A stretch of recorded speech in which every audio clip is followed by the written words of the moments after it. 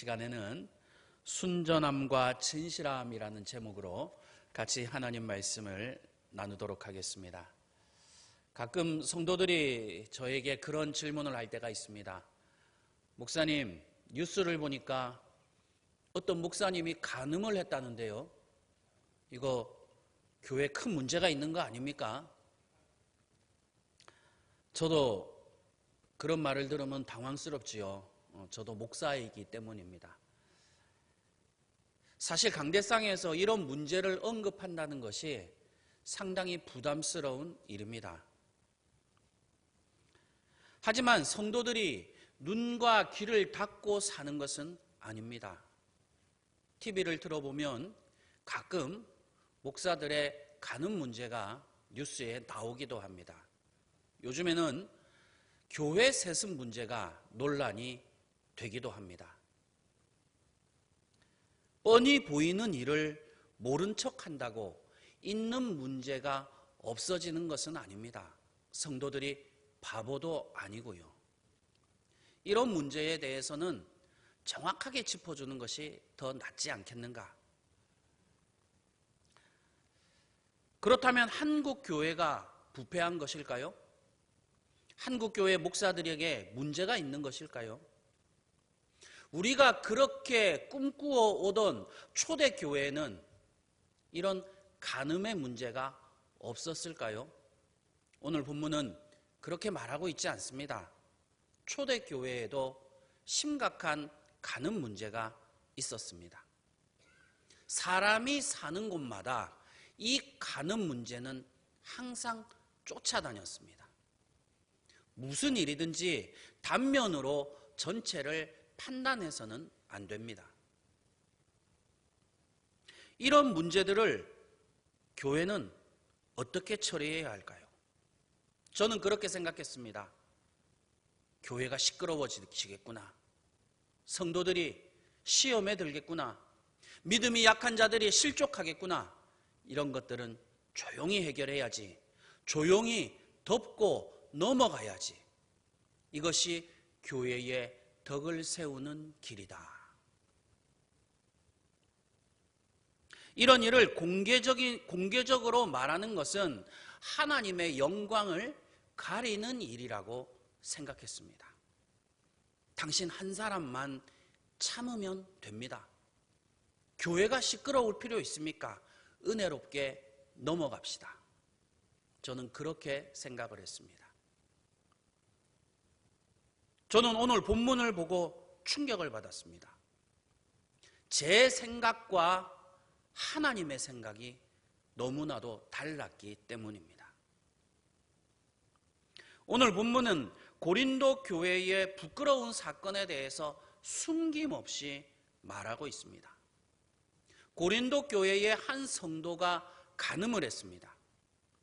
그런데 그냥 간음이 아닙니다. 아버지의 첩과 간음을 했습니다. 정말 입에 담기도 부끄러운 일입니다. 세상 사람들이 알까봐 두렵습니다. 불신자들이 알면 얼마나 교회를 향하여 손가락질을 하겠습니까? 얼마나 비웃겠습니까? 고린도 전서에서 언급할 정도라면 아마 그 간음한 사람은 교회에 상당한 영향력을 끼치는 사람이었을 것입니다. 교회의 중직이었습니다. 아마 목회자였을지도 모르는 일이죠. 고린도 교회는 이 일을 제대로 처리하지 않았습니다. 구렁이가 담 넘어가듯이 스리슬쩍 넘어가려고 했습니다. 고린도 교회 교인들 가운데는 여기에 분노하는 사람들이 있었습니다. 그래서 이 문제를 먼 곳에 있는 사도 바울에게 알렸습니다. 사도 바울께서는 이 문제를 덮어두려고 하지 않았습니다. 조용히 처리하려고 하지 않았습니다. 공개적으로 처리하고 있습니다.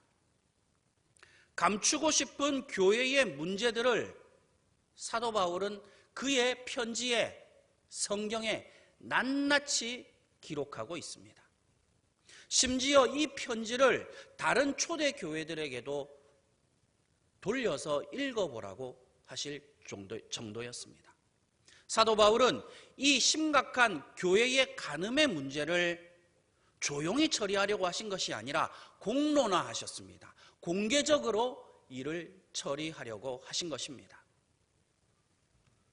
왜 그러셨을까요? 거짓말이 교회를 망하게 한다는 것을 알고 계셨기 때문입니다. 거짓말에는 크게 두 가지로 나눌 수 있습니다. 첫째 거짓말은 좁은 의미의 거짓말입니다. 없는 사실을 진실이 아닌 것을 마치 진실인 것처럼 얘기하는 것입니다. 우리가 흔히 알고 있는 거짓말이죠. 넓은 의미의 거짓말이 있습니다. 진실을 덮어버리는 겁니다. 진실에 대하여 침묵하는 것입니다. 이것도 넓은 의미의 거짓말입니다. 거짓말은 능력이 있습니다. 그가 속한 조직을 망하게 하는 능력이 있습니다. 예레미야 27장 10절 말씀입니다. 그들은 너희에게 거짓을 예언하여 너희를 멸망하게 하느니라. 거짓말은 사람을 망하게 합니다. 사회를 망하게 합니다. 국가를 망하게 합니다. 교회도 망하게 합니다. 사도 바울은 그것을 알고 계셨기 때문에 정말 이 감추고 싶은 이 부끄러운 죄악을 성경에 기록하셔서 2000년이 지난 오늘 이 대한민국 그리스도인들까지도 읽게 하셨습니다. 부끄러운 일을 덮어버리면 어떻게 될까요? 잠깐은 잠잠할 수 있습니다. 하지만 멀리 보면 그것은 곧 교회를 망치는 일입니다. 있는 사실을 그대로, 진실을 그대로 얘기하면 어떻게 될까요? 잠깐은 시끄러울 수 있습니다. 하지만 길게 보면 그것은 곧 교회를 살리는 일입니다. 교회뿐만이 아닙니다. 회사든 국가든 어떤 조직이든 있는 그대로의 진실을 밝힐 때에 그 조직이 살아나는 것이고, 부끄럽다고 창피하다고 그것을 덮어버리는 조직은 반드시 망하게 되어 있습니다. 그것은 인류의 역사가 증명하고 있습니다. 성경을 보면요, 정말 숨기고 싶은 이야기들이 너무너무 많습니다. 우리 믿음의 조상들이 실수한 얘기가 정말 많이 나옵니다. 이스라엘 사람들을 유대인이라고 하죠. 이 유대인의 조상은 야곱의 넷째 아들 유다입니다. 메시아의 조상이기도 합니다. 유다는요, 성경을 보면 그의 며느리 다말과 간음을 했습니다. 아유, 입에 담기도 부끄러운 일이죠. 그것보다 더한 일이 있습니다. 롯 아시죠? 그의 아내가 소금 기둥이 되지 않았습니까?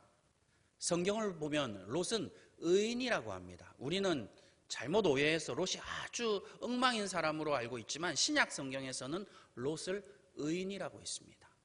롯은 그의 두 딸과 간음을 해서 두 아들을 낳습니다. 애들이 들을까 봐 무섭지요. 애들이 볼까 봐 두렵습니다.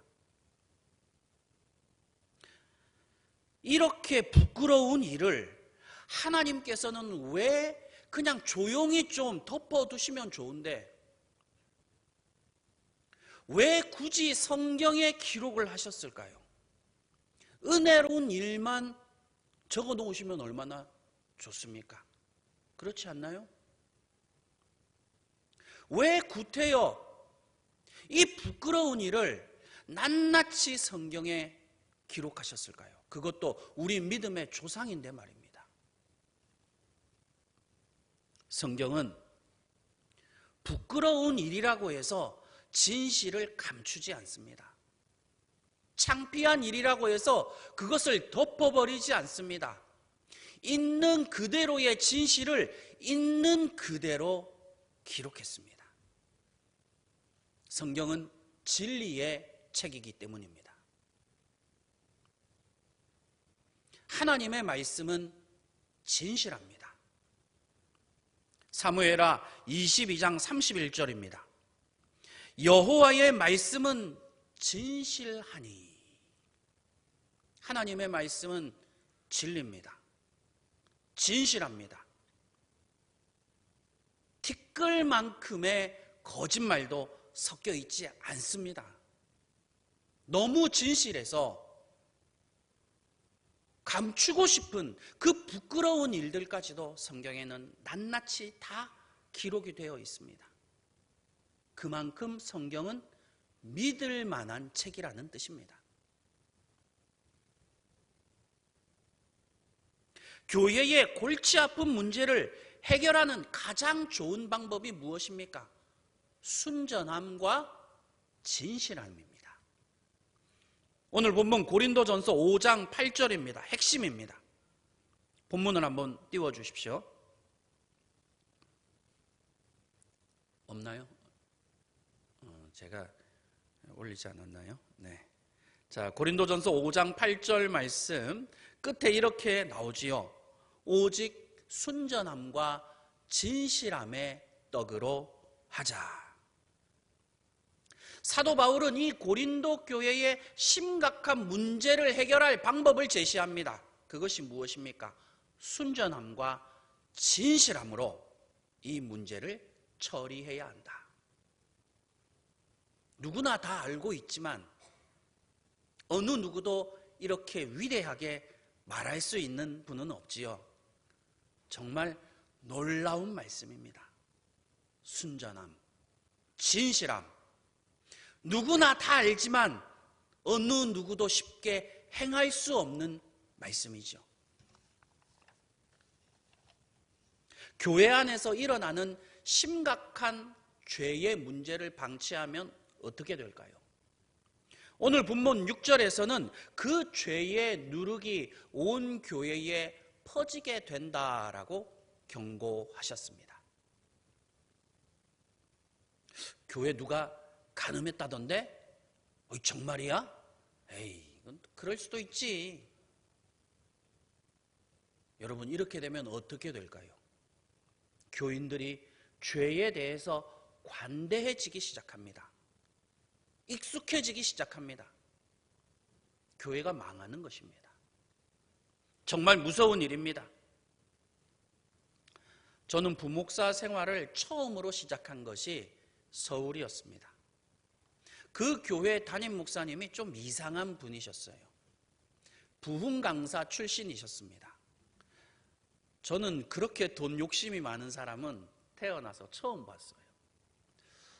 어떻게 그렇게 돈 욕심이 많은지요. 성격도 굉장히 괴팍했습니다. 목사인데 욕을 너무 잘하시더라고요. 깜짝 놀랐습니다. 심지어 그 수련 전도사가 있었는데 수련 전도사를 때리시기까지 하셨습니다.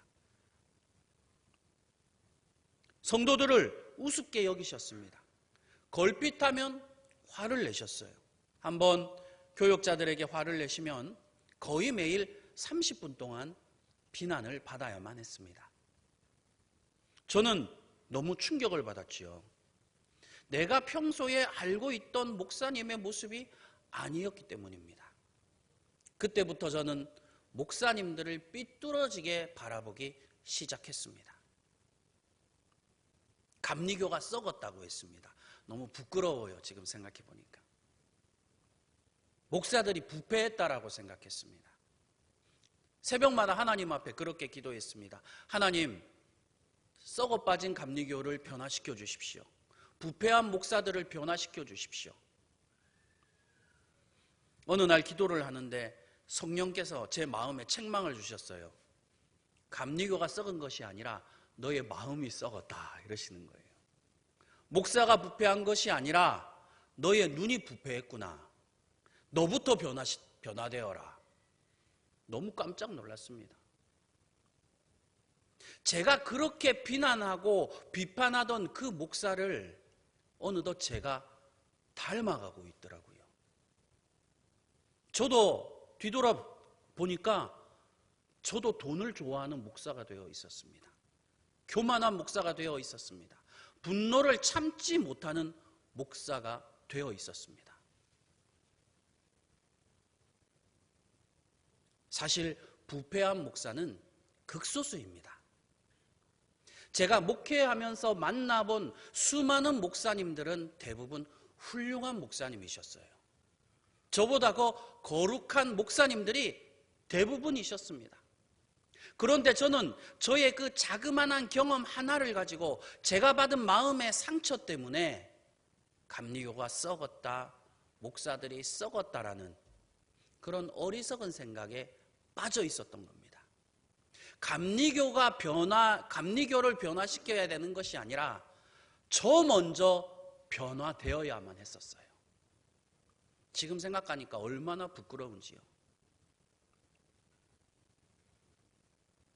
사람은 누군가를 비판하게 되면 그 비판하는 대상을 닮아가는 성향을 가지고 있습니다. 그래서 나중에는 남을 비판하는 그 비판으로 내가 비판을 받게 됩니다. 마태복음 7장 2절 예수님 말씀입니다.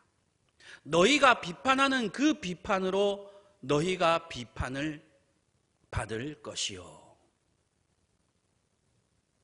어떤 분은 썩어빠진 세상을 변화시키겠다고 사회운동에 뛰어들었습니다.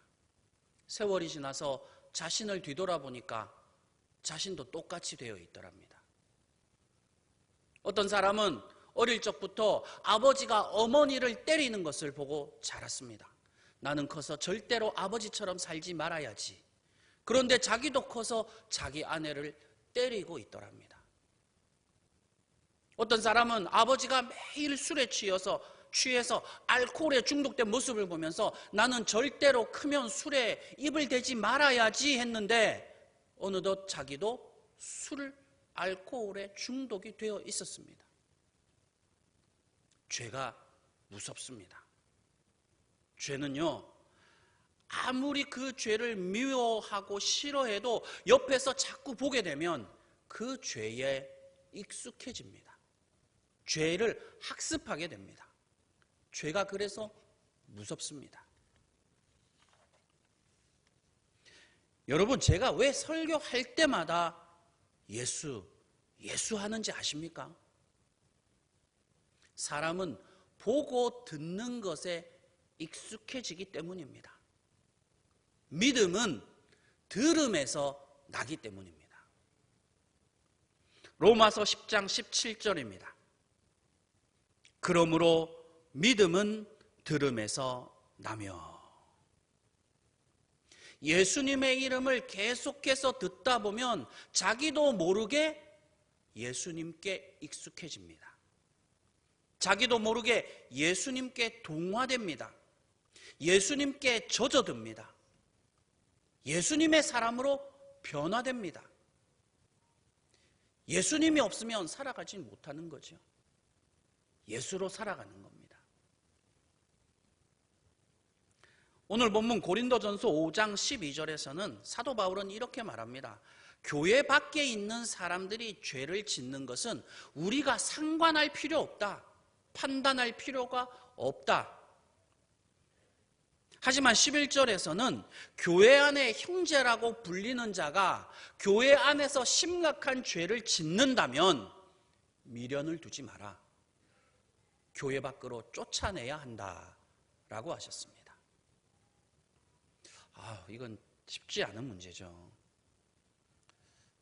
아무리 죄를 지었다고 그 죄 지은 사람을 쫓아낸다?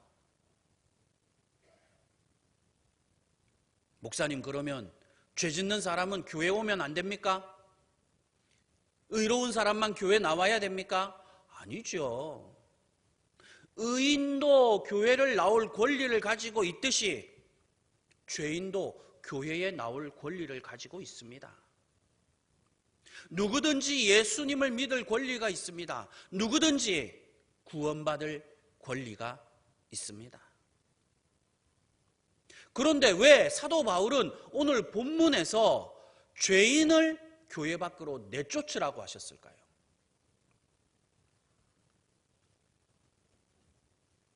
자신의 죄를 부끄러워하는 죄인은 소망이 있습니다. 자신의 죄를 회개하는 사람은 희망이 있습니다. 사실 우리 모두 하나님 앞에서 죄인 아닙니까? 저도 죄인이고요. 다 죄인입니다. 오늘 본문에서 교회에서 내쫓으라고 하는 죄인은 누구를 말하는 겁니까? 자신의 죄를 정당화하는 사람입니다.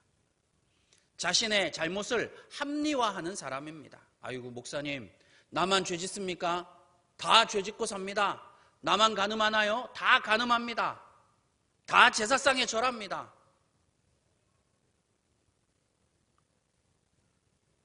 아니요, 착각입니다. 여러분, 주위를 돌아보십시오. 예수 믿고 경건하게 살아보려고 노력하는 분들이 얼마나 많습니까? 예수 믿고 말씀대로 살아보려고 애쓰는 분들이 너무 많습니다.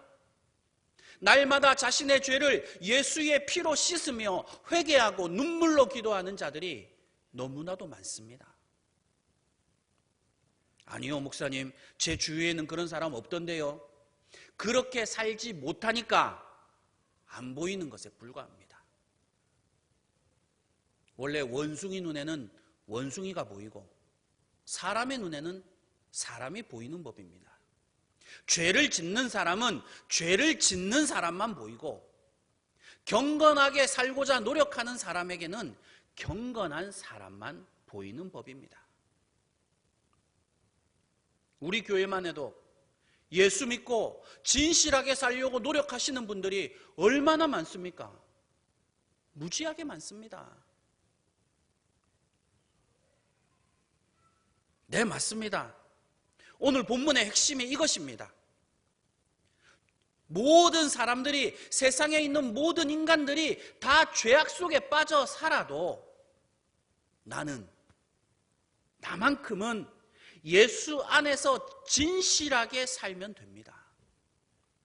내가 예수 안에서 정직하게 살면 됩니다. 내가 예수 안에서 순수하게 살면 됩니다. 내가 예수 안에서 신실하게 살면 됩니다. 예수 밖으로 나가지 말고 예수 안에 거해야 합니다. 요한복음 15장 4절 예수님 말씀입니다. 내 안에 거하라.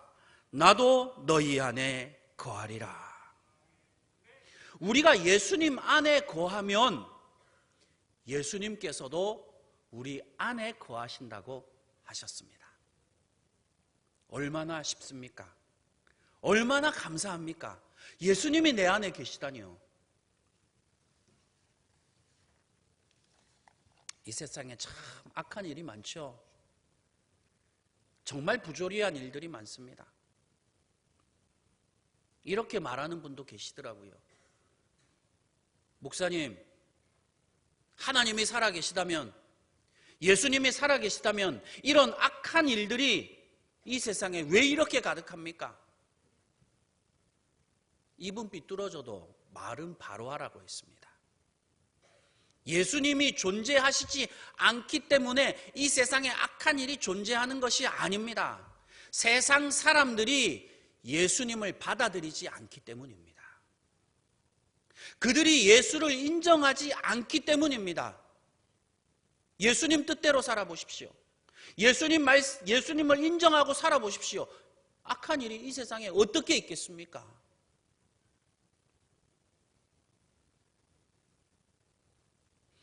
그러면 목사님, 교회 다니는 사람도 이상한 사람이 있던데요. 나쁜 사람이 있던데요. 아니, 나쁜 사람 있지요. 교회도 세상 사람 사는 곳인데 어떻게 착한 사람만 있어요? 나쁜 사람도 있지요. 어떤 교회는 가니까 착한 사람만 있던데요. 거짓말입니다. 예수님의 12제자 가운데 한 사람도 가롯 유다, 마귀의 자식 아닙니까?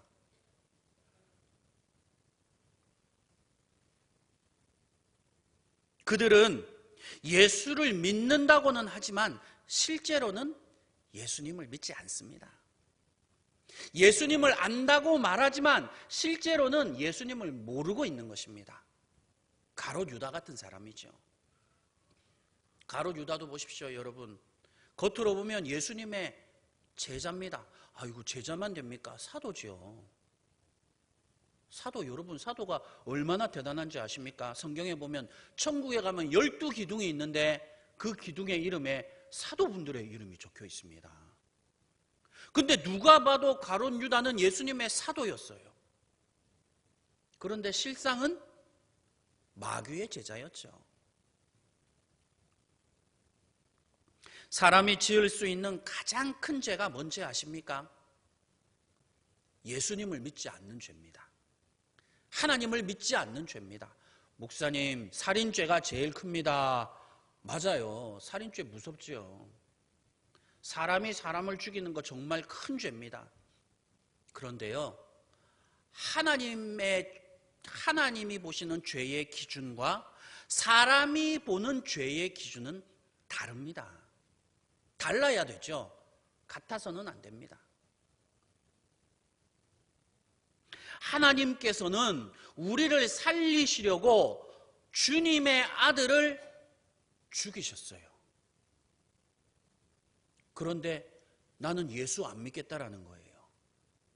아니, 내가 너 때문에 너를 살리자고 내 아들을 죽였는데 예수를 안 믿겠다니. 그러면 왜 예수님이 죽으셔야 했습니까? 예수님의 죽음을 헛된 것으로 만드는 겁니다. 예수님도 얼마나 억울하시겠어요. 내가 너 때문에 죽었는데 나를 거부하다니. 그래서 예수를 믿지 않는 것은 예수님을 다시 십자가에 못 박아 죽이는 것과 같은 죄입니다. 히브리서 6장 6절 말씀입니다. 이는 그들이 하나님의 아들을 다시 십자가에 못 박아 드러내놓고 욕되게 함이라. 예수를 믿지 않으면 지옥에 가는 이유를 아시겠죠? 너무나도 큰 죄이기 때문이에요. 예수님의 죽음을 헛되게 만드는 것이기 때문에 예수를 믿어야 됩니다.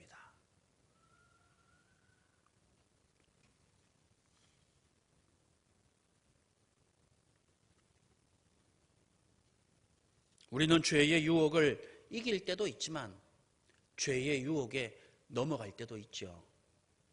그것은 저도 마찬가지입니다. 사람이 세상을 살다 보면 이럴 수도 있고 저럴 수도 있습니다. 그렇죠.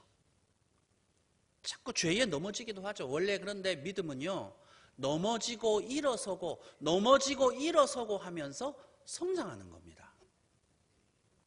죄에 한번 빠졌다고 해서 아이고, 예수님께서 나를 버리시겠지. 여러분, 어떤 아버지가 자기 아들 죄를 지었다고, 자기 아들이 큰 실수를 했다고, 너는 내 아들이 아니다라고 말하는 아버지가 세상에 어디 있습니까? 예수님은 우리의 아버지와 같은 분이잖아요. 여러분, 만약에 그런 식으로 따지면 구원받을 사람 아무도 없습니다. 아브라함도 구원 못 받습니다. 베드로도 구원 못 받습니다. 예수님은요, 그렇게 쌀쌀맞은 분이 아닙니다.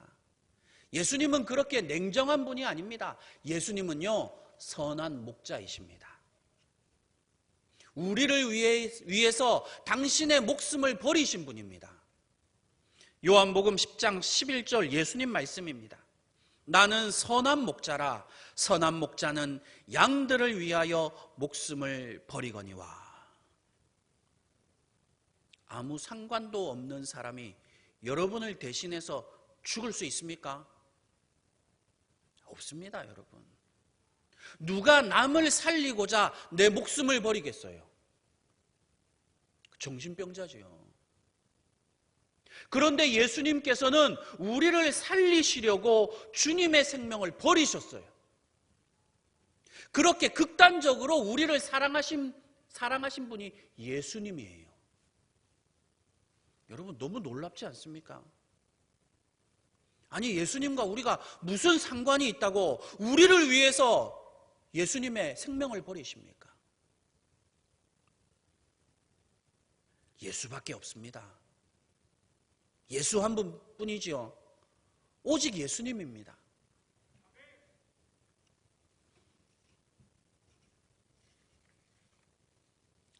사람들은 예수님께 없는 죄를 뒤집어 씌웠습니다.